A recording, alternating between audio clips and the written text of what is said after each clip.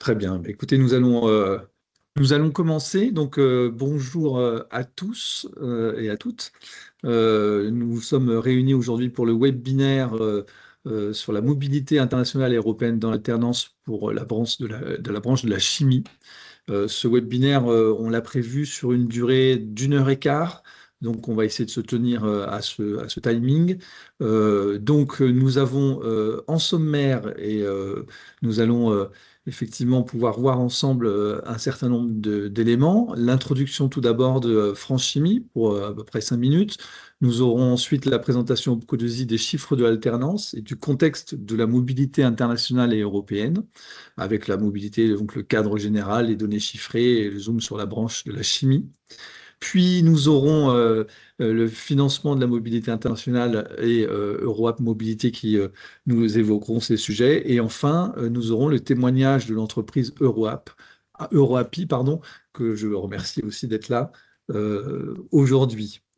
Sur les intervenants, nous avons donc pour OPCO2I Gilles Cordier et Jamila Abbas, pour France Chimie Laurence Lomont, pour EuroApp Mobility Guillaume Baudet et Jean-Christophe Sibéras, et pour EuroAPI Priscilla Vautier. Quelques petites règles de bonne conduite, je dirais, pour ce webinaire.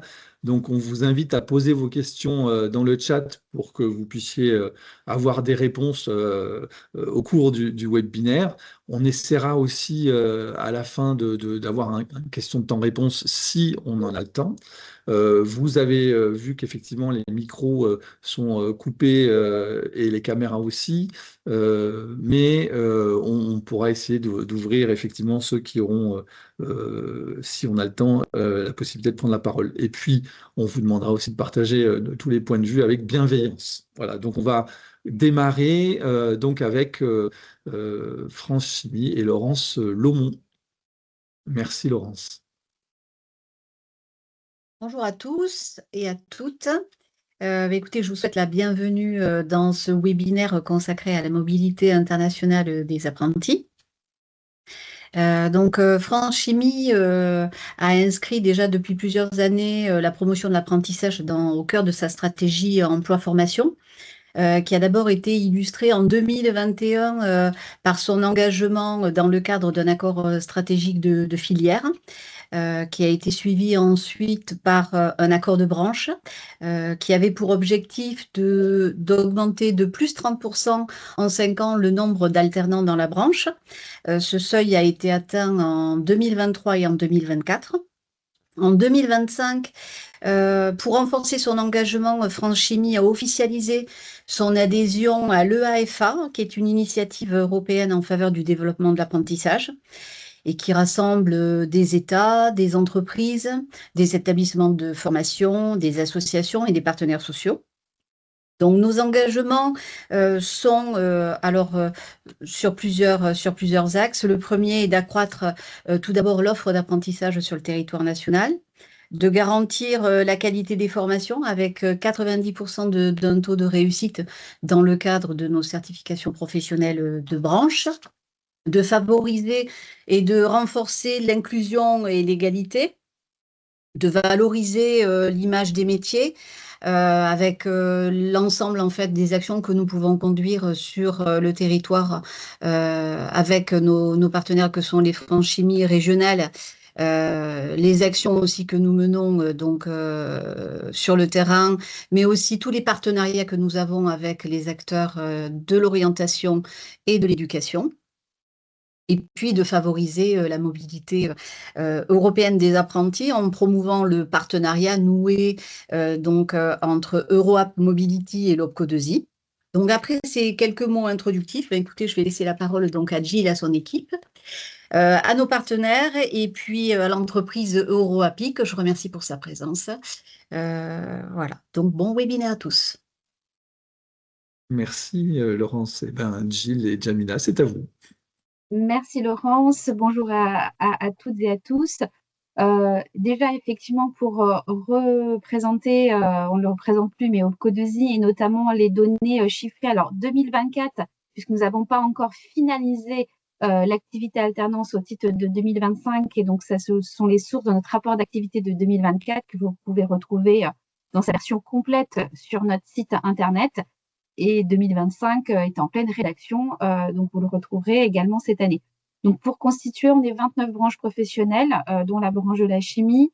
Le périmètre d'Opco2i, on accompagne presque 90 000 entreprises qui composent presque de 2 900 000 salariés au global, constitués principalement d'entreprises de moins de 50 salariés, puisque 80 530, donc soit 91% quasiment, sont des entreprises de moins de 50 salariés, donc sur notre tissu, qui compose 943 536 salariés dans ces entreprises.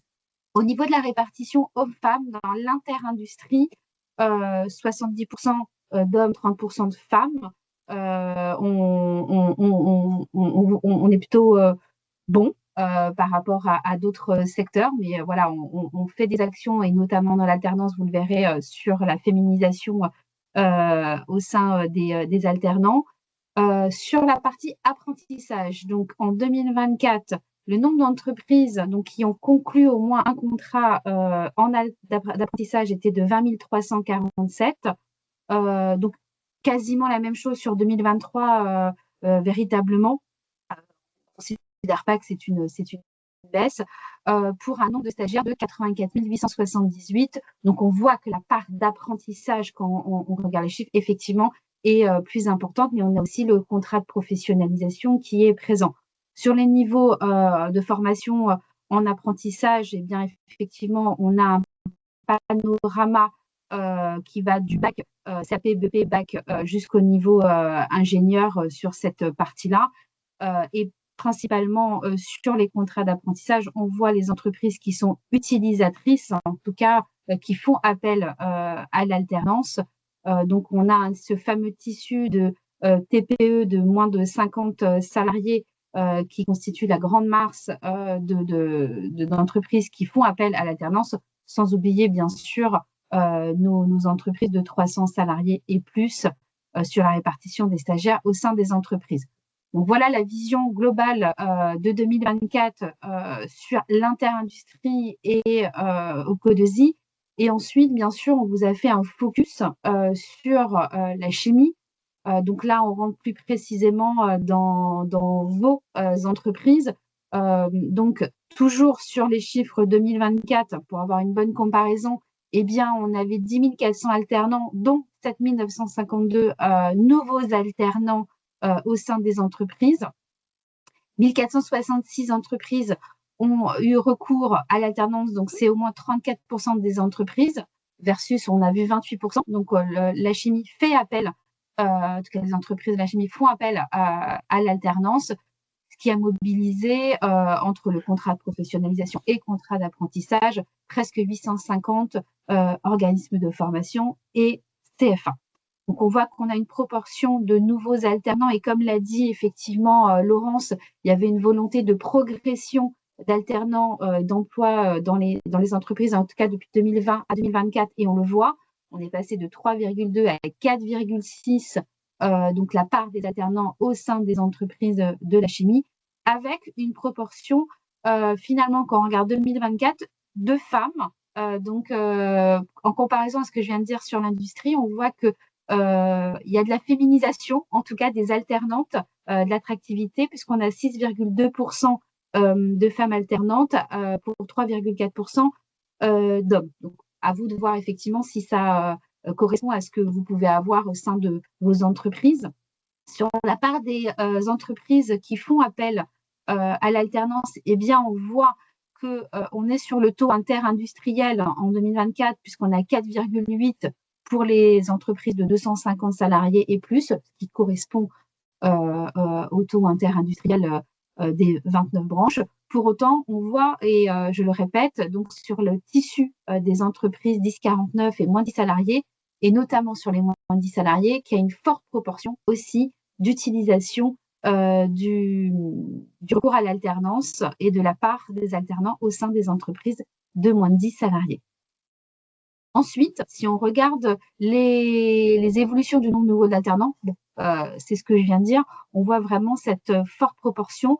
Le recours à l'apprentissage, puisqu'on passe de 4318 en 2020 à 7127 en 2024. Donc, il y a une forte proportion de recours sur l'apprentissage, sur ce dispositif-là, qui répond à un véritable besoin de vous, entreprise. Sur la partie contrat de professionnalisation, elle est présente. Il y a une baisse, effectivement, mais qui reste une baisse maîtrisée, j'ai envie de dire, qui est une baisse aussi nationale et peut-être qui est utilisée d'une autre façon sur l'insertion professionnelle, parfois sur la reconversion, mais qui reste présent au niveau de la branche de la chimie, notamment des CQP de la chimie, donc qui est ce dispositif qui vous permet d'utiliser avec le contrat de professionnalisation. Si on regarde les niveaux de certification, vous avez au milieu et donc un graphique avec plusieurs couleurs où là, effectivement, on va voir l'ensemble de l'interindustrie qui vous permet de voir avec la chimie le comportement de l'utilisation des niveaux de certification. Alors, en bleu foncé, on est sur du niveau 3. Niveau 4, c'est le niveau violet. Le niveau 5, donc, on est au niveau rose, donc c'est le bac, si je ne dis pas de bêtises. Niveau orange foncé, on est sur la licence. Et niveau 7, on arrive sur les niveaux, effectivement, 7 et 8, master ingénieur et autres. Donc, sur la partie interindustrielle, et donc sans niveau, c'est pour les recours à les qualifs CCN ou autres CQP. Donc, vous voyez la part interindustrie. Et bien, en comparaison, la chimie a peut-être une part un petit peu plus importante sur les niveaux 6, mais on a une similitude du comportement de l'emploi, de la typologie des niveaux de formation au sein de vos entreprises. Et ce qui permet du coup d'être intéressant de se dire, OK, les niveaux, mais derrière, en bas, derrière, on va regarder sur la partie finalement droite, en bas à droite du tableau, c'est la catégorie des certifications. C'est un travail qu'on a effectué avec nos branches professionnelles de ce qu'on va appeler les certifications cœur d'activité, c'est le bleu foncé. Les certifications interindustrielles, on va plutôt voir peut-être parfois de la maintenance, et les autres certifications, on va plutôt retrouver des services support, quoique on voit l'évolution aussi, notamment sur les formations IT, sur ces formations block, no cœur, no code, alors pardon pour mon anglais, mais voilà, aussi des formations qui deviennent de plus en plus finalement sur l'interindustrie. Eh bien, vous voyez que dans la chimie, vous avez une forte proportion, si on prend les certifications cœur d'activité et certifications interindustrielles, qui correspondent quasiment à 46%. Si je regarde l'année 2024, alors quasiment à peu près au même pourcentage de répartition, mais on va dire, voilà, on va être sur pas tout à fait un 50-50, mais voilà, vous avez recours sur différentes typologies dans vos services, dans vos business units. Encore une fois, vous avez recours à l'alternance. Voilà, c'était pour vous repréciser ces informations sur l'alternance dans la branche de la chimie, donc dans vos entreprises, qui vous permet à vous-même de voir peut-être votre positionnement finalement par rapport à nos données. Si on passe sur le contexte, puisque c'est le sujet aujourd'hui du webinaire, c'est la mobilité internationale européenne. Et donc, on a voulu effectivement reposer ce cadre de ce qu'est la mobilité. Donc, on le verra, on a quelques données chiffrées et on a aussi notre partenaire Eurap Mobility qui va creuser un petit peu plus sur ce retour d'expérience et puis bien sûr le témoignage de la société EuroAPI. Juste pour rappeler, la mobilité va s'inscrire dans un parcours de formation et va permettre à un alternant d'aller dans un autre pays pour soit se former, ça peut être au sein d'une entreprise, au sein d'un CFA, principalement sur les contrats d'apprentissage, et donc pouvoir acquérir de l'expérience, de la compétence qu'il va pouvoir mobiliser et capitaliser dans le cadre de son cursus. Et donc, les acteurs de cette mobilité, bien sûr, l'apprenti, puisque c'est le premier bénéficiaire, mais on va avoir effectivement le CFA ou l'organisme de formation qui va être porteur, qui va l'accompagner dans cette mise en œuvre de la mobilité. Vous, en tant qu'entreprise, puisque dès lors que vous concluez un contrat, vous savez que sur ce parcours, il va y avoir de la mobilité. Et enfin, le quatrième acteur va être en fonction soit l'organisme d'accueil, soit l'entreprise à l'étranger. Et c'est ce qui va être intéressant de voir ensuite derrière comment ça s'inscrit. Donc, il y a toujours une convention de mobilité qui est établie. Il y a un cadre légal qu'on doit appliquer, qui évolue, on le verra un peu, puisque le cadre juridique a été modifié. Ça s'est inscrit dans la loi du 5 septembre 2018, mais je ne vais pas rentrer dans l'aspect trop juridique. S'il y a des questions, on verra peut-être à la fin. Et qui a été simplifié en 2023 pour un Erasmus de l'apprentissage. Donc voilà ce qu'est la mobilité internationale et européenne, et ce qui va me permettre de ce fait de passer la main à Jamila qui va contextualiser en termes de données chiffrées. Pareil, on va commencer par l'interindustrie et faire un focus pour la chimie.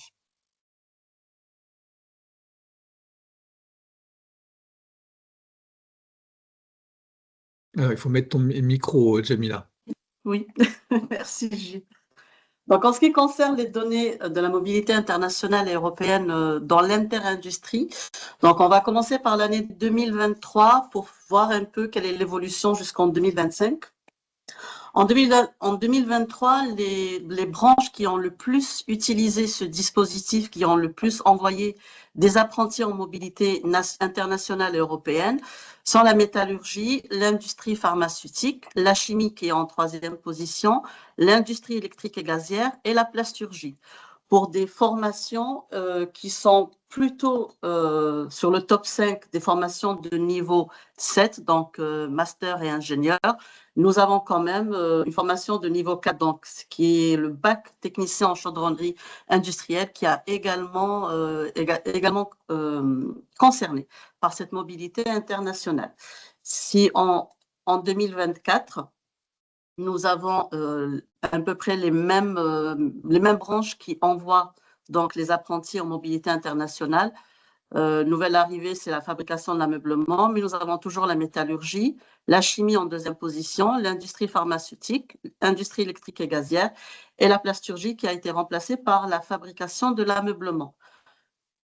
Au niveau des formations, nous avons toujours les mêmes niveaux, donc niveau 7 et niveau 4, avec quand même maintenant le BTS également qui commence à intégrer ce dispositif dans son parcours. Et donc, nous avons le BTS de la maintenance et le BTS électrotechnique qui ont également été concernés par cette mobilité internationale.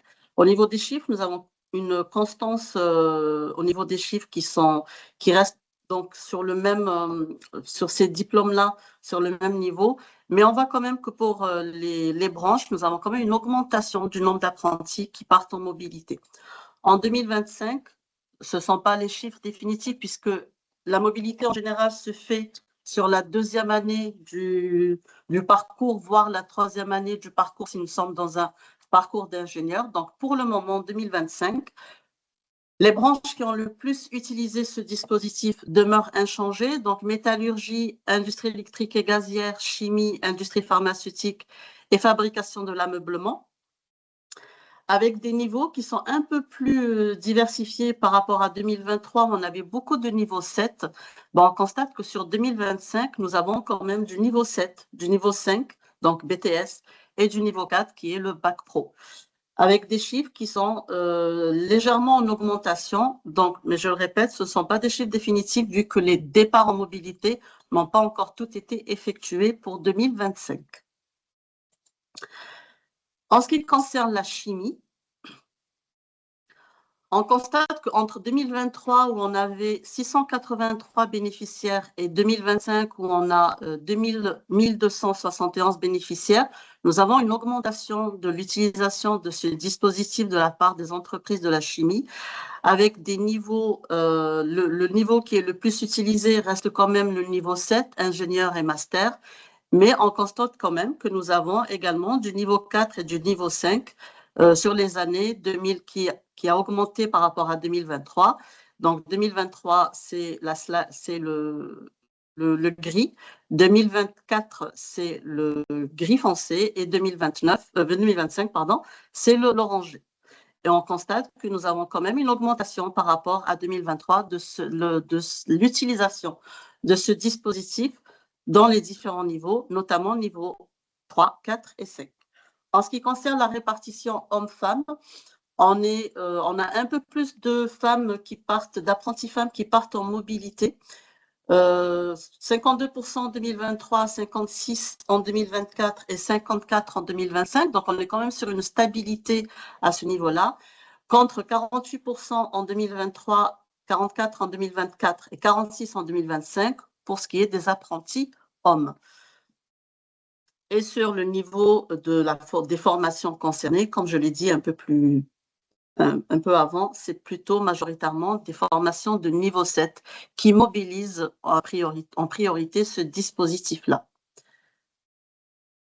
En ce qui concerne l'effectif des entreprises, c'est les entreprises qui comptent plus de 300 salariés qui utilisent le plus ce dispositif, mais nous constatons quand même que les petites et les moyennes entreprises utilisent également ce dispositif et commencent à utiliser et à envoyer et à voir l'intérêt que Guillaume expliquera plus tard de ce dispositif, à envoyer leurs apprentis en mobilité européenne et internationale. Et on voit que nous avons, entre 2023 et 2024, on a une augmentation du nombre d'apprentis qui partent pour ces petites et moyennes entreprises. Ça montre que ce dispositif commence vraiment à montrer son réel intérêt pour les formations concernées.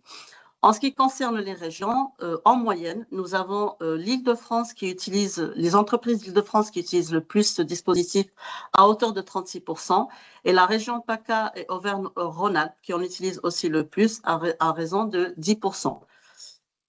Sachant que pour 2025, je le répète, nous n'avons pas encore les chiffres définitifs, ce sont les départs qui sont effectués jusqu'à maintenant. Si on fait un focus sur les formations qui utilisent ce dispositif le plus dans les entreprises de la chimie, donc en 2024, on avait une majorité de formations de niveau 7 et 6, diplôme de grande école, ingénierie de la santé, chimie, ça c'est la licence et l'analyse, contrôle et qualité. En 2024, on a d'autres niveaux qui entrent en jeu, tels que le BTS de maintenance des systèmes. Et en 2025, pareil, donc on commence à avoir une diversification du niveau de formation qui utilise ce dispositif en chimie pour les entreprises de la chimie sur 2024 et 2025. En ce qui concerne la prise en charge de l'OPCO2I pour la mobilité internationale, nous avons deux forfaits.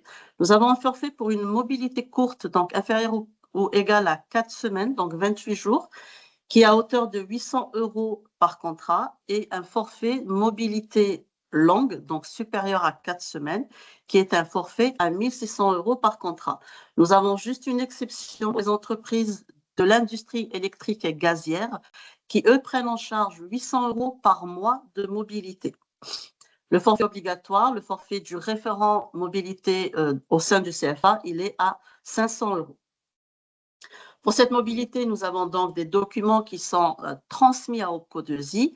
Les documents obligatoires restent la convention de mobilité tripartite signée par l'employeur français, le CFA français et l'apprenti. Et depuis la loi de l'Erasmus de l'apprentissage, nous avons 2 cas dérogatoires possibles. Le premier cas concerne le CFA, qui, en liant un partenariat avec un CFA étranger, le CFA étranger est dispensé de la signature de cette convention de mobilité, mais nous avons une convention de partenariat qui est mise en place. Et le cas dérogatoire numéro 2, c'est une mobilité qui est effectuée en entreprise dans le cadre d'une mise en veille du contrat. Et là, pareil, nous avons un document qui est signé par l'entreprise d'accueil. Ces documents, la convention de partenariat ou le document d'engagement de l'employeur de l'état d'accueil doivent être tenus à disposition de l'OPCO. Ils ne sont pas transmis, mais la convention de mobilité, elle, est obligatoirement transmise. Ce qui me permet de passer la main à Guillaume Baudet pour Europe App Mobility, qui va donc vous détailler plus les avantages de cette mobilité et le témoignage de M. Jean-Christophe Skibera. Merci beaucoup, Jamila.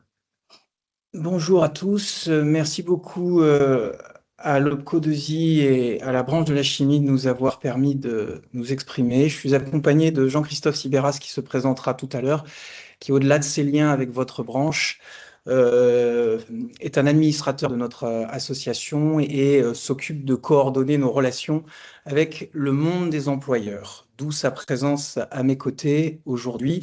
Et il s'exprimera en particulier pour vous dire quels sont les bénéfices pour les entreprises et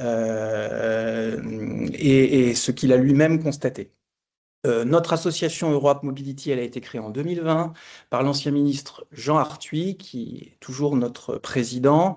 Elle regroupe l'essentiel des grands réseaux d'apprentissage, les chambres de métiers, les CCI, nombreuses écoles d'ingénieurs, le CNAM et bien d'autres. Une quarantaine de réseaux d'apprentissage au total. Et sa mission, c'est de promouvoir, de développer la mobilité internationale dans l'apprentissage et en particulier la mobilité longue de plus de 2 mois, c'est ce que nous préconisons, pour tous les niveaux de formation. Et Jamila a très bien montré que depuis quelques mois, depuis quelques années, ces mobilités se développent sur des niveaux de formation qui n'y avaient jusque-là pas recours, ou en tout cas un accès difficile pour les jeunes dans ces filières-là.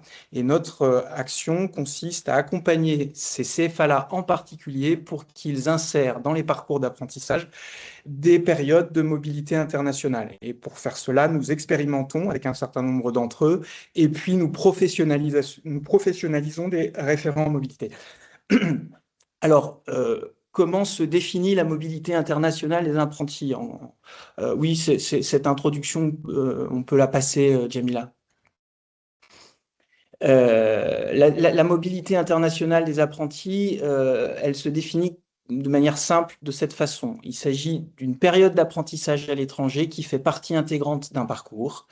Elle se fait au sein d'une entreprise principalement ou d'un organisme de formation. Elle peut être de 2 semaines jusqu'à 50% du contrat d'apprentissage, et donc plusieurs mois.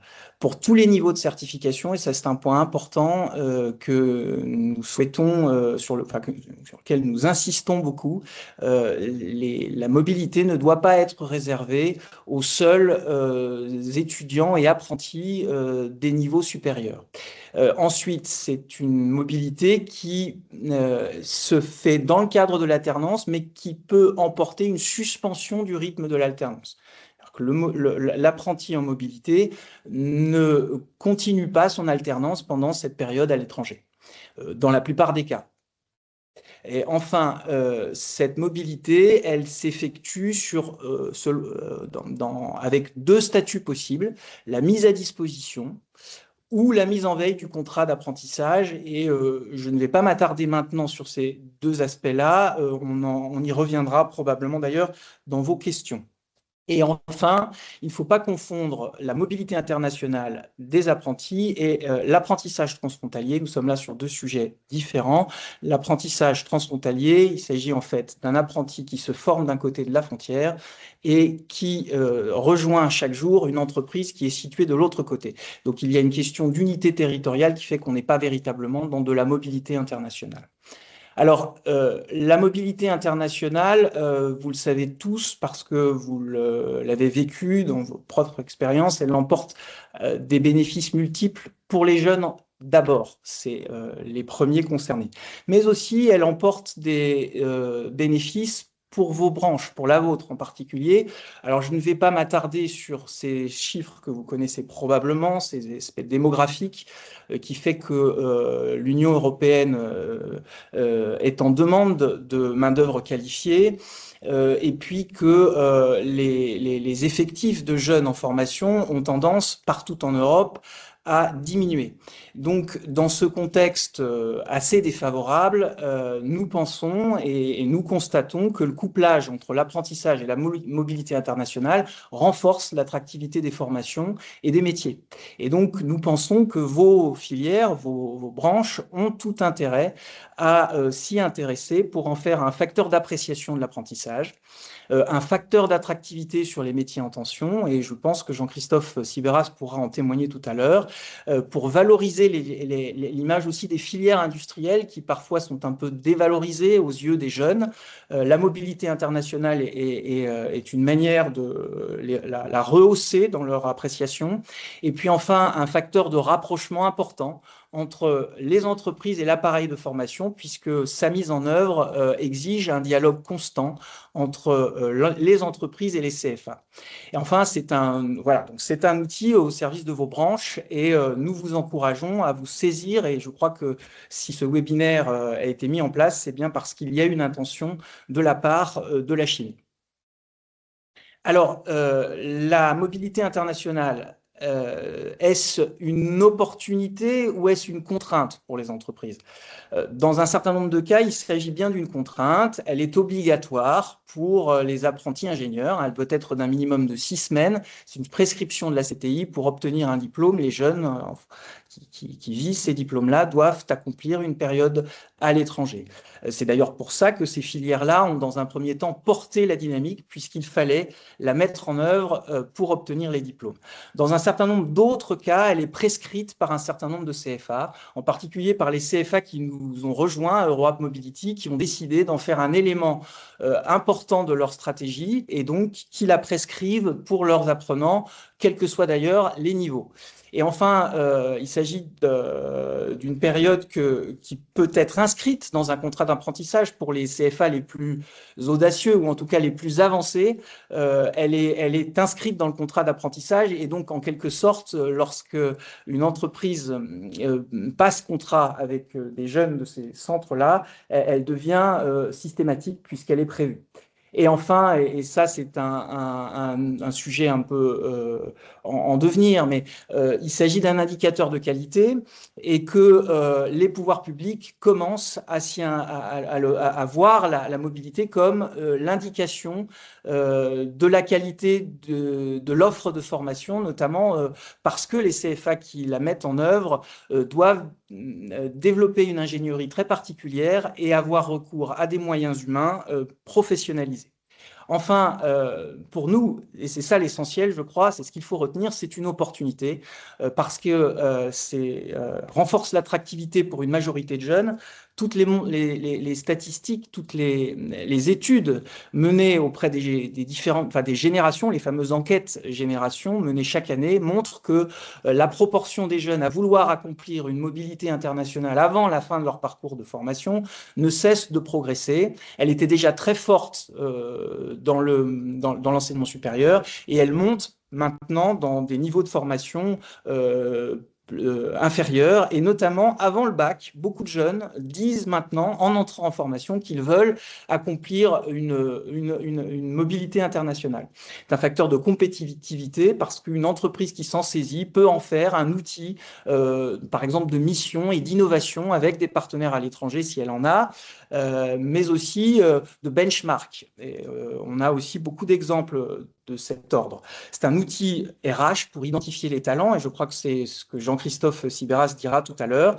Et puis, c'est un élément de votre marque employeur, de la stratégie RSE, parce qu'elle peut être intégrée comme un critère RSE. Beaucoup d'entreprises maintenant s'y intéressent de ce point de vue.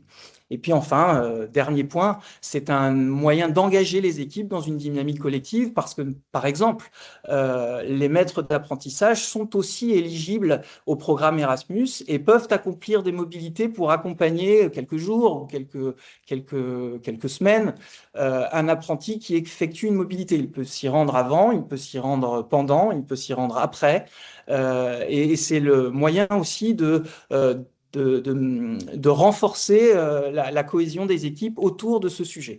Alors voilà, maintenant, quels sont les bénéfices pour les entreprises? Alors là, je vais tout de suite laisser la parole à Jean-Christophe Sibéras, qui va se présenter, qui va vous dire comment, lui, dans son expérience passée, il en a fait un outil stratégique au plan RH et puis aussi un outil d'innovation.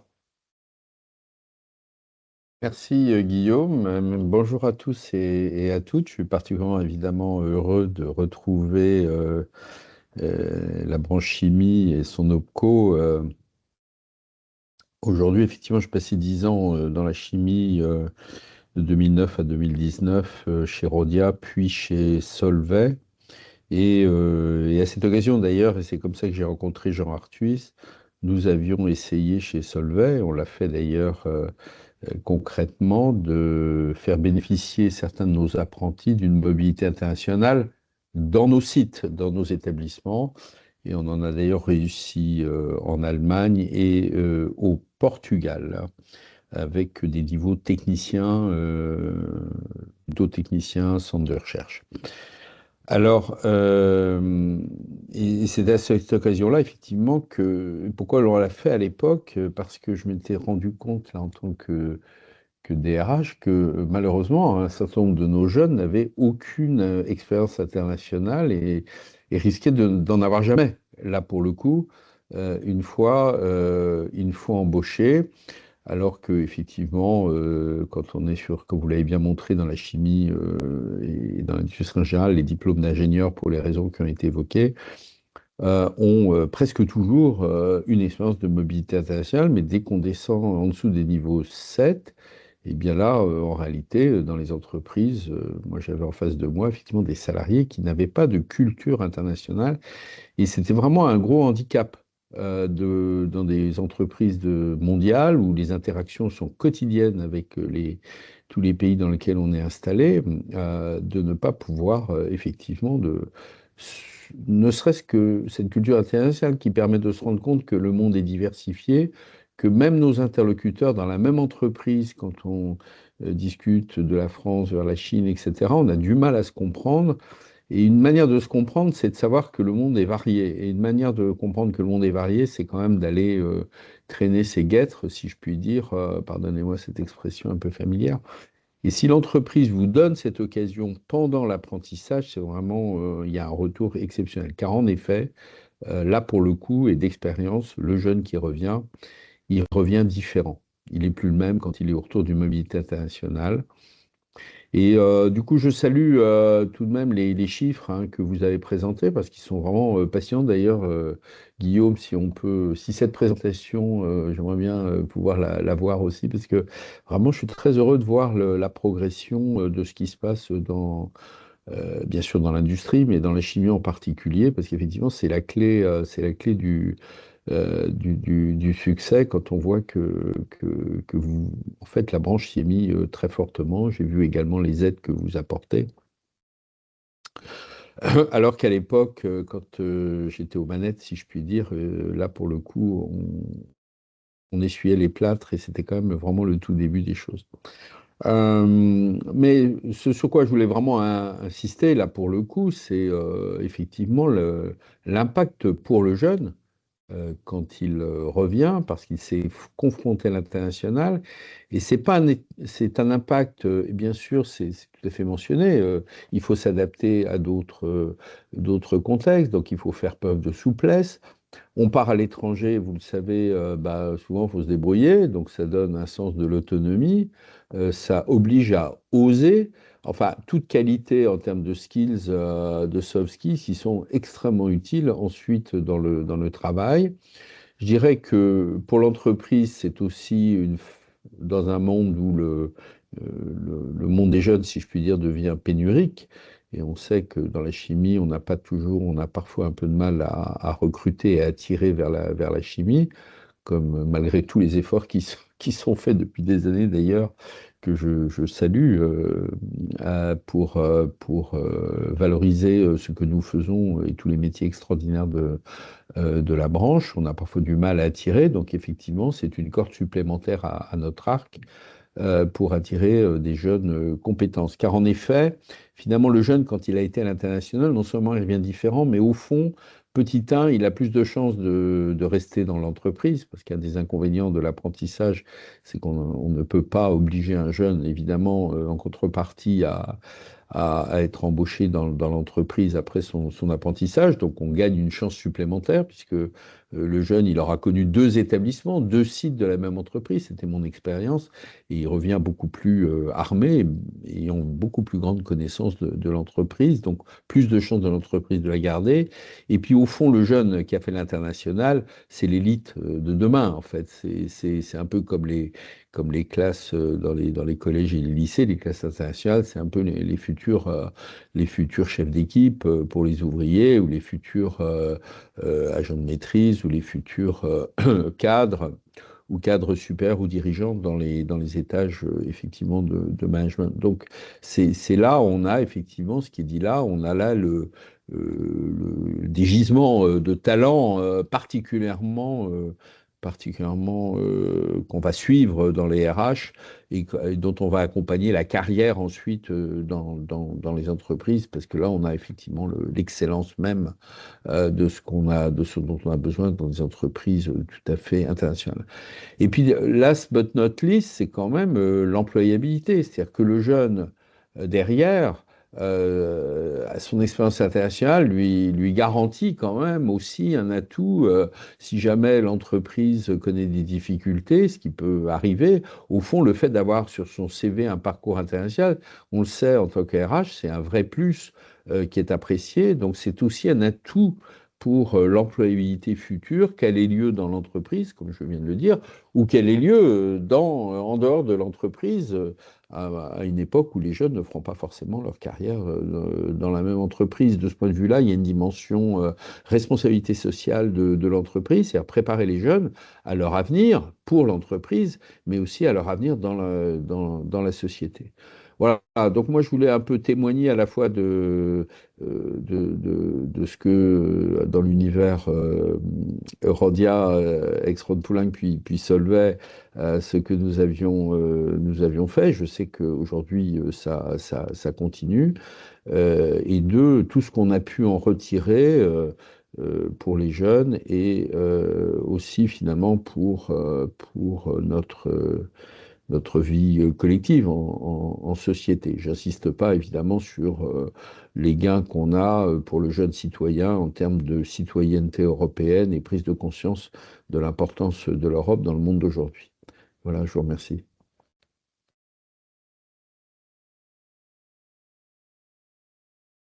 Je peux Écoute, reprendre, Guillaume? Ouais. oui, alors pour compléter peut-être, mais à Djamila, on va peut-être en passer à la suite du webinaire, parce que je crois que le temps est compté. Je regarde Philippe, mais il me Oui, semble effectivement. qu'on arrive au terme de ce qui était prévu pour Europe Mobility. C'est aussi un accélérateur de compétitivité, d'innovation et de performance. Beaucoup d'entreprises qui se saisissent de la mobilité internationale couplent cette mobilité avec des missions qui sont confiées à des jeunes qui partent à l'étranger et qui développent pour l'entreprise des projets à l'international avec des partenaires.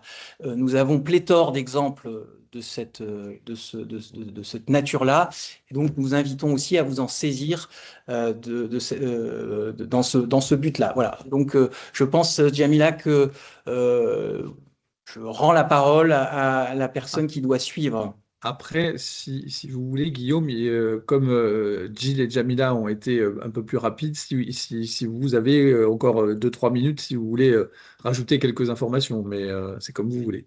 Bah, je peux, si on descend dans la présentation rapidement, Djamila, présenter les autres financements possibles de la mobilité internationale, puisqu'on a entendu parler de ceux qui concernent l'OPCO 2I, mais il faut savoir que ce ne sont pas les seuls financements. D'abord, les autres OPCO aussi ont des financements, mais ces financements OPCO viennent compléter les fonds européens du programme Erasmus, qui sont tout de même historique et conséquent. Il y a des programmes bilatéraux aussi, notamment portés par l'Office franco-allemand pour la jeunesse. C'est surtout sur le franco-allemand que ces fonds complémentaires existent. Puis il y a aussi beaucoup de régions. Nous étions cette semaine en Centre Val-de-Loire.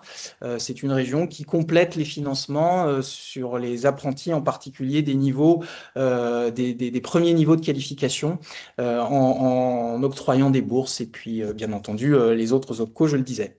Voilà, et sur les aspects réglementaires, on viendra peut-être à en parler sur la partie questions-réponses.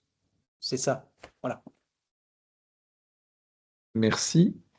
Merci beaucoup, Guillaume et Jean-Christophe. Eh bien, on va laisser la parole à Priscilla Vautier, donc de l'entreprise EuroAPI, pour son retour d'expérience. Donc, Priscilla, c'est à vous. Parfait, merci beaucoup. Bonjour à tous et merci de me donner l'opportunité de partager notre retour d'expérience sur ce dispositif. Rapidement, pour me présenter d'abord, donc Priscilla Vautier, je suis coordinatrice RH et référente emploi recrutement sur le site normand industriel situé à Saint-Aubin-les-Elbeuf. Peut-être pour resituer rapidement EuroAPI, nous sommes leaders dans la fabrication de principes actifs pharmaceutiques. Nous sommes implantés, on le verra dans la slide juste après, on est implanté donc en Europe avec 5 sites de production, que vous voyez ici, et un site de R&D en Allemagne. Chaque année, on prend énormément d'alternants dans chaque secteur. Pour vous donner un chiffre sur notre site, on a 7,7% de notre effectif qui sont des alternants. Et c'est à peu près le même chiffre chaque année. Pour vous illustrer du coup le recours à ce dispositif, je vais vous parler de 3 alternants qu'on a eu là sur les 2 dernières années, qui ont chacun eu recours à ce dispositif. Donc, on a Thibaut qui était alternant à la microbiologie et qui lui est parti 3 mois en R&D à Brindisi. On a Mehdi, lui, qui était côté assurance qualité produit et qui est parti 9 semaines aussi en R&D côté Brindisi. Et on a Lucie, une alternante à la finance, qui, elle, a choisi de continuer sur cette mobilité en finance, forcément, mais cette fois-ci à Budapest, donc en Hongrie. Et on aura une petite histoire par rapport à elle juste après. Donc, comme vous voyez, finalement, chacun a eu recours à un dispositif de mobilité un peu différent. On a de la longue durée et de la courte durée, comme ont pu parler les autres personnes précédemment. Ce qu'on peut identifier ici, c'est que, comme vous le voyez en bas dans les 2 verbatims de Thibaut et de Mehdi, c'est que le choix de leur entreprise pour leur alternance a été vraiment conditionné par le fait qu'on était implanté finalement en Europe. Et donc, c'était vraiment clé pour qu'ils nous choisissent. On peut passer juste après. Voilà. Ici, je vous propose de finalement d'illustrer notre retour d'expérience en accent sur 3 grands axes. Le premier, c'est vraiment se dérouler. Finalement, on a souvent un a priori de se dire que prendre un alternant avec ce dispositif-là, ça peut être lourd, prendre beaucoup de temps, beaucoup d'administratifs. Dans les faits, pas tellement. Il faut avoir en tête que le pilotage vraiment de la mobilité, ça va se faire entre l'alternant et l'école, et nous, on va être là en support. On va l'accompagner pour le mettre en contact s'il souhaite faire son alternance au sein d'un autre site de notre groupe. Ça va être de le mettre en relation avec un père de l'autre côté pour qu'il puisse prouver sa motivation et puis trouver un service d'accueil. Donc, on va être vraiment là pour ça et le tuteur va l'accompagner sur cela. Et ensuite, vraiment, tout l'aspect gestion de la mobilité en lui-même va être fait principalement avec son école. Nous, on va intervenir, oui, pour remplir forcément les conventions, mais encore une fois, ça se fait très facilement. Faut savoir que l'école est un vrai soutien, mais on a également eu, nous, le soutien de l'OPCO2I. La première fois, il a fallu faire un peu face à ce dispositif, on ne comprenait pas tellement. Voilà, on a fait des points avec eux et ça a été très rapide et très clair. Et puis, comme le précisaient les autres intervenants, ils ont également accès à pas mal d'aides financières qui viennent vraiment les soulager, puisque forcément, s'ils ont 2 logements à payer, les trajets, etc., il faut forcément prendre tout ça en compte. Et pour le coup, chacun de nos alternants a disposé de plusieurs aides financières, que ce soit de l'OPCO, de ZI, que ce soit de la région et également d'Erasmus+, il me semble. Donc ça, c'était la partie déroulée.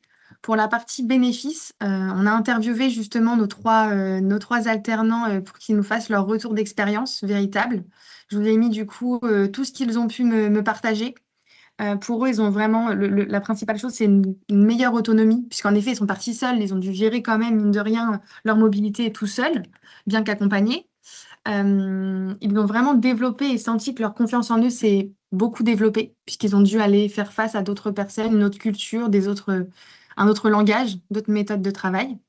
Ils se sont tous créés du réseau, que ce soit très personnel, mais aussi professionnel, qu'ils utilisent aujourd'hui dans leur quotidien. Nette amélioration de leur maîtrise de l'anglais, forcément. et un apprentissage d'une nouvelle culture, d'une nouvelle langue, puisque les deux personnes qui sont parties en stage en Italie, enfin en stage en mobilité en Italie, ont apprécié la langue et continuent de l'apprendre à aujourd'hui à leur retour de France. Donc c'est plutôt aussi sympa pour leur vie personnelle. Et puis on a également sollicité les tuteurs de ces alternants-là qui ont pu voir le progrès au retour de leurs alternants et puis même sur les mois qui ont suivi et nous faire du coup un vrai retour. Ils s'accordent à nous dire que en effet leur professionnalisme s'est vraiment renforcé. Ils ont en face d'eux plutôt des professionnels et plus des personnes qui étaient encore apprentis, un peu étudiants, mais vraiment des professionnels. Ils notent effectivement une amélioration de leur autonomie, un renforcement du travail en équipe. Ça, c'est vraiment très notable. D'autres manières de travailler, comme je vous ai expliqué, et puis de l'ouverture d'esprit et un sens critique plus approfondi, et vraiment le côté réflexion et analyse qui s'est beaucoup développé grâce à cette mobilité-là.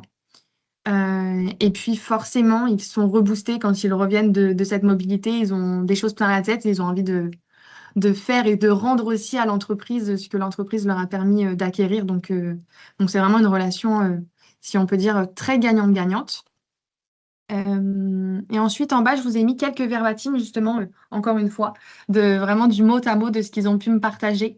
Le site de Brindisi, qui est un peu la terre d'accueil de nos alternants, finalement, nous partage que pour eux, c'est une vraie valeur ajoutée et qu'ils sont contents de pouvoir accueillir des alternants dans ce dispositif-là, à la fois d'un point de vue humain et puis technique, puisqu'ils leur apportent aussi des techniques qu'on peut avoir vues plutôt en France, par exemple. Pour un tuteur de notre site, il nous a expliqué que c'était un vrai outil de benchmark pour lui, pour comprendre ce qui pouvait se passer sur d'autres sites et de remettre en question ses manières de travailler. La belle histoire, c'est Lucie, puisque Lucie, qui était alternante chez nous l'année dernière en finance, qui est partie à Budapest en Hongrie faire sa mobilité, et bien finalement, grâce à cette ouverture à l'international, elle a pu postuler et être prise sur notre autre site à Francfort. Et donc là, ça fait 7-8 mois qu'elle est en CDI sur ce site-là. Et donc, elle est très contente d'avoir saisi l'opportunité de cette mobilité, puisqu'il y a une belle finalité derrière.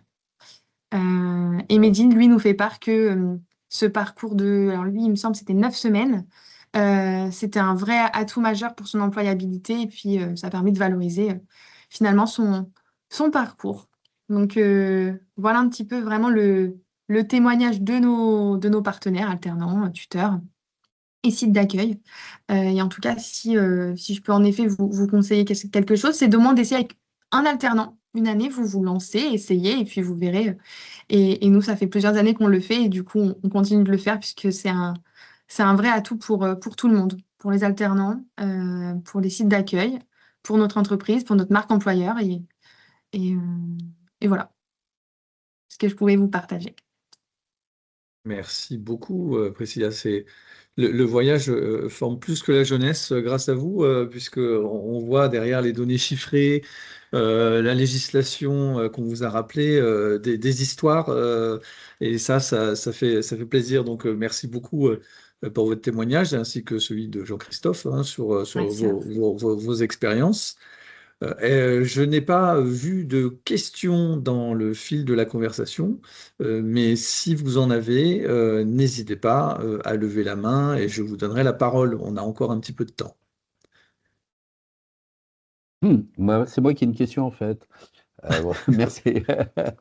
Non mais super là, parce que l'exemple de Roapi est vachement aussi vivant, parce que on s'est rendu compte avec Guillaume, quand on va sur le terrain en province, ce qui fait vibrer les gens, c'est les exemples de personnes, de jeunes.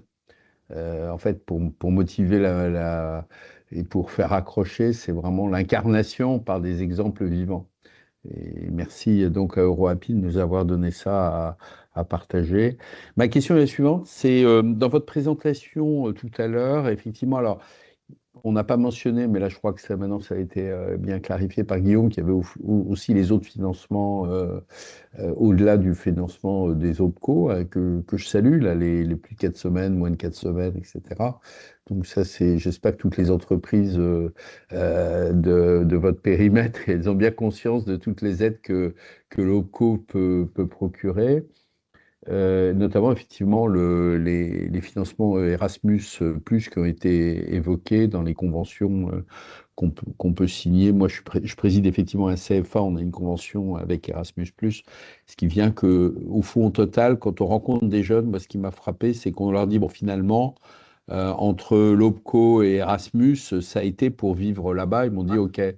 Donc aujourd'hui, le message, c'est au fond, entre les OPCO et quand on ajoute OPCO plus qu'Erasmus, on arrive à se loger et à faire le voyage pour aller pendant les quelques semaines. Je crois que c'est un message assez simple. Le problème, c'est plus le coût en réalité. Même dans des pays chers, je me souviens, on avait vu quelqu'un qui était parti en Norvège, qui est un pays très cher, pour séjourner, et même pour aller en Norvège, elle avait pu gérer ses coûts. Donc, effectivement, je pense que le message, c'est il y a plus, par rapport à l'époque où moi je m'en suis occupé en 2018-2019, franchement, grâce à vous, ça a beaucoup changé sur les coûts.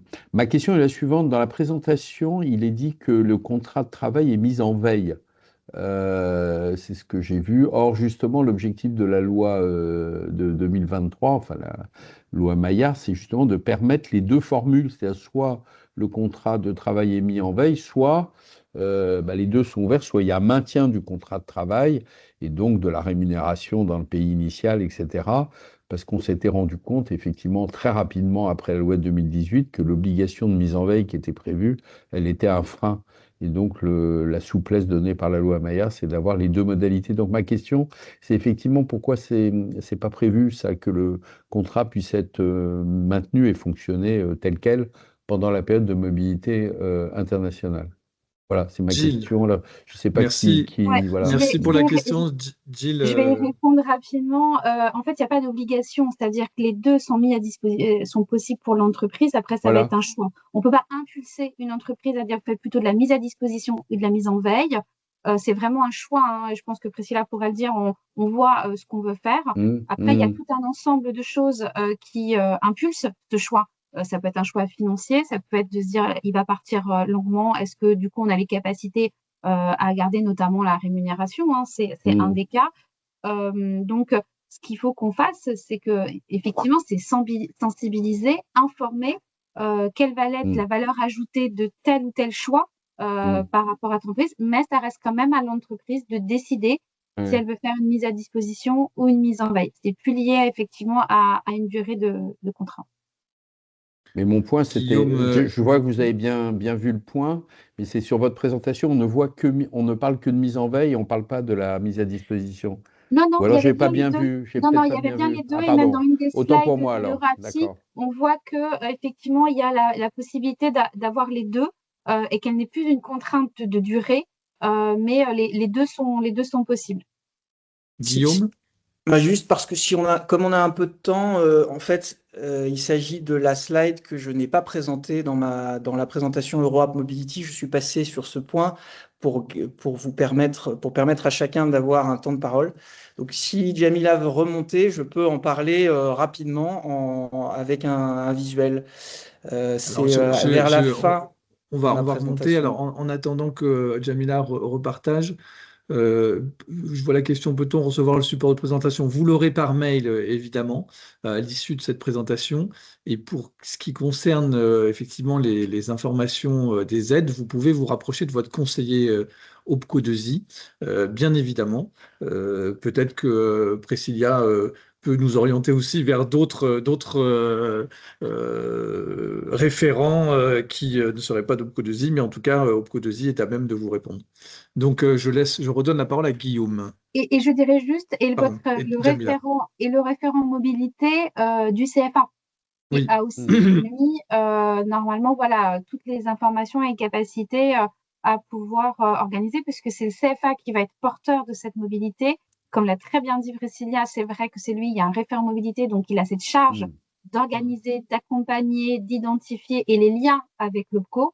Mais évidemment, conseiller ou conseillère formation d'OPCO2I peut avoir une approche un peu plus 360 et vous accompagner. Voilà, c'est la petite précision que les CFA sont là aussi. Gilles. Jamila? Et avant que Guillaume ne prenne la parole, juste pour Jean-Christophe, en fait, moi, j'ai parlé de mise en veille dans le cadre d'une mobilité quand il y a une convention de partenariat avec une entreprise Quand il y a une convention de partenariat avec une entreprise, obligatoirement, le contrat est mis en veille. Mais effectivement, il y a les deux choix pour les autres cas. Juste pour lever le doute. Peut-être pour clarifier ce sujet, comme l'a rappelé à l'instant Jean-Christophe, effectivement, il y a deux cas de figure. Il y a deux régimes juridiques. La mise en veille du contrat d'apprentissage et la mise à disposition de l'apprenti. Ces deux régimes ont été mis en place par deux lois. En 2018, la mise en veille a été créée et puis en 2023, elle a été complétée. Non, restons sur cette slide-là. Sur la même ? Ok. Oui, j'ai pas besoin de la suite. Le schéma est très bien pour comprendre. Ouais, ça. Et donc, la mise en veille, c'est simplement, elle dit bien son nom, hein. Le contrat d'apprentissage est suspendu, la rémunération est suspendue, le lien juridique entre le jeune et l'apprenti est suspendu, la protection sociale du jeune l'est aussi, et donc il faut suppléer à cette situation par un autre contrat. Il y en a deux possibles. Soit, je parle bien de la mise en veille, soit le jeune deviendra salarié dans le pays d'accueil, et là, il aura donc un salaire dans son pays d'accueil, possiblement. Il sera sous le régime de protection sociale du pays d'accueil, et puis il aura un lien, son lien hiérarchique rattaché à cette entreprise-là. L'autre cas de figure possible dans le cas de la mise en veille, et c'est le plus courant, c'est que le jeune parte sous le statut de stagiaire, c'est-à-dire d'étudiant, et là, il intégrera les effectifs du CFA, et c'est le CFA qui lui fera intégrer le régime de la protection sociale des étudiants. Et là, pour le coup, c'est dans ce cas-là qu'il faut trouver des revenus complémentaires, des bourses. Et c'est aussi pour ça que les financements dont on a parlé existent. C'est que ces jeunes qui n'ont plus de salaire et qui sont étudiants puissent avoir les ressources suffisantes pour effectuer leur mobilité. Et enfin, le cas de la mise à disposition, là, c'est l'entreprise. Elle souhaite s'engager. Elle souhaite être partie prenante de la mobilité. Donc, depuis 2023, maintenant, c'est possible au-delà de 4 semaines. Ça ne l'était pas avant. Et donc, le lien est maintenu, le salaire est maintenu, la protection sociale est maintenue en France.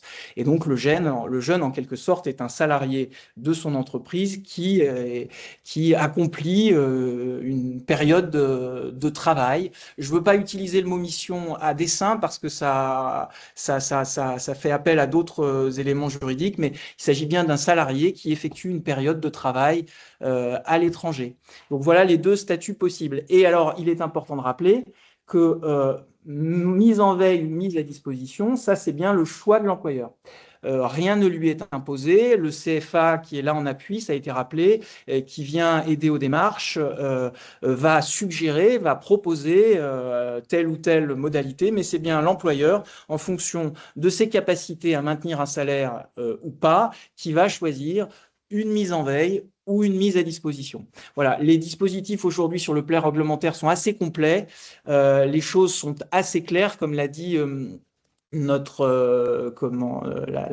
la dame qui parlait pour EuroAPI, c'est assez facile à mettre en œuvre et tout cela se complète en fonction des cas, donc par des conventions que le CFA proposera, rédigera et transmettra à l'entreprise qui devra contrôler ce qu'elles contiennent et signer. Et donc, si je peux me permettre de rebondir sur ce point, si je comprends bien, la mise à disposition est possible, particulièrement quand on va dans une autre entreprise. Tandis que ce que j'ai entendu tout à l'heure dans la présentation, c'est que quand il y avait une convention avec une autre entreprise dans un pays d'accueil, c'était forcément la mise en veille. Quand il y a... ce point-là fait appel à la question de la convention. En fait, Jamila faisait référence aux dispenses de signature. Djamila a dit que dans un certain nombre de cas, l'employeur à l'étranger est dispensé de signer la convention de mise en veille. On est vraiment dans ce cas spécifique où une mise en veille, un apprenti part en mise en veille, et là, sur une mise en veille, légalement, il faut 4 signataires. L'apprenti, l'entreprise en France, le CFA bien sûr, qui sont déjà les signataires du contrat d'apprentissage, et puis donc le 4e partenaire, c'est l'entreprise qui accueille. C'est parfois difficile d'obtenir la signature de ces partenaires-là sur un document de droit français qui s'appelle en plus mise en veille du contrat d'apprentissage. Nos partenaires étrangers comprennent rarement de quoi il s'agit. Alors donc, pour ne pas avoir à obtenir cette 4e signature, le législateur a mis en place un certain nombre de droits à l'exception. Et c'est ça que Djamila a dit tout à l'heure. Et effectivement, ces exceptions-là, elles ne concernent que le cas spécifique de la mise en veille, parce que la mise à disposition, il n'y a pas cette difficulté-là. Voilà, j'espère avoir répondu à ta question, Jean-Christophe. Merci Guillaume. Alors, je ne vois pas d'autres questions dans le chat. Je ne sais pas si certains ont souhaité prendre la parole. Donc, a priori, j'ai Faustine. Alors, Faustine.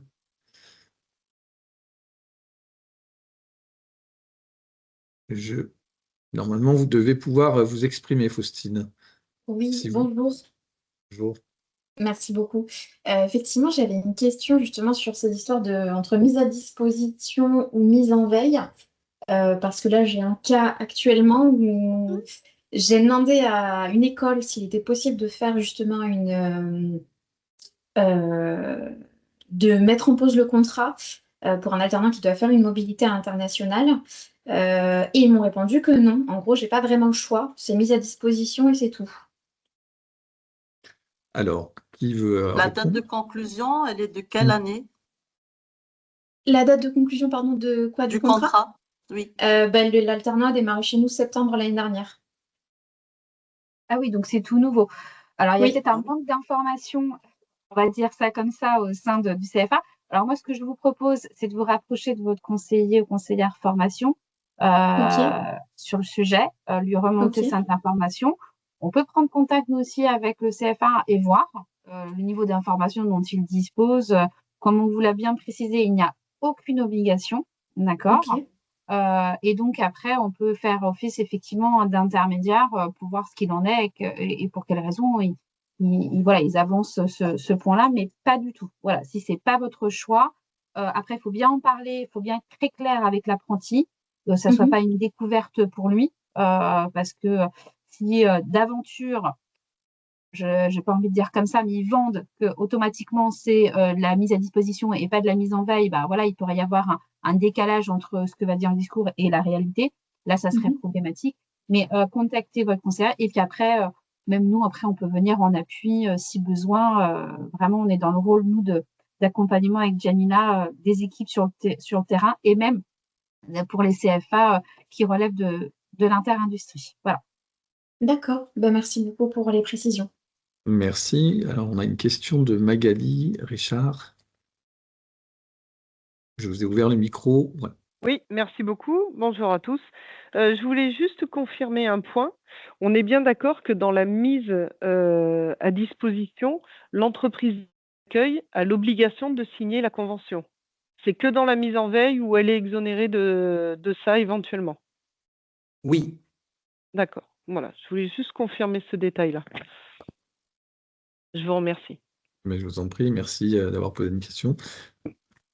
Bien, écoutez, je crois que nous n'avons pas d'autres questions et qu'on arrive au terme de ce webinaire. Donc, merci à tous. Alors, je ne sais pas si, Laurence, tu veux donner un petit mot de la fin, peut-être? Écoutez, je vous remercie tous pour votre participation donc à ce webinaire, voilà. Et puis voilà, en espérant que voilà, ça saura créer effectivement un engouement voilà, pour accueillir et pour permettre donc à notre jeunesse de bénéficier de ce dispositif voilà, qui vise effectivement à augmenter toutes leurs chances, voilà, dans leur vie professionnelle. Donc, c'est ça le plus important. Donc, encore merci pour votre participation et puis à très bientôt. Merci beaucoup, Merci Laurence. beaucoup. Merci à tous d'avoir Merci à tous. participé. Merci Jean-Christophe, Guillaume, Gilles, Jamila et Priscilla pour votre participation aussi. Et je vous souhaite une belle fin de journée. Merci à Merci tous. beaucoup, Bonne journée. merci de Bonne nuit. l'invitation.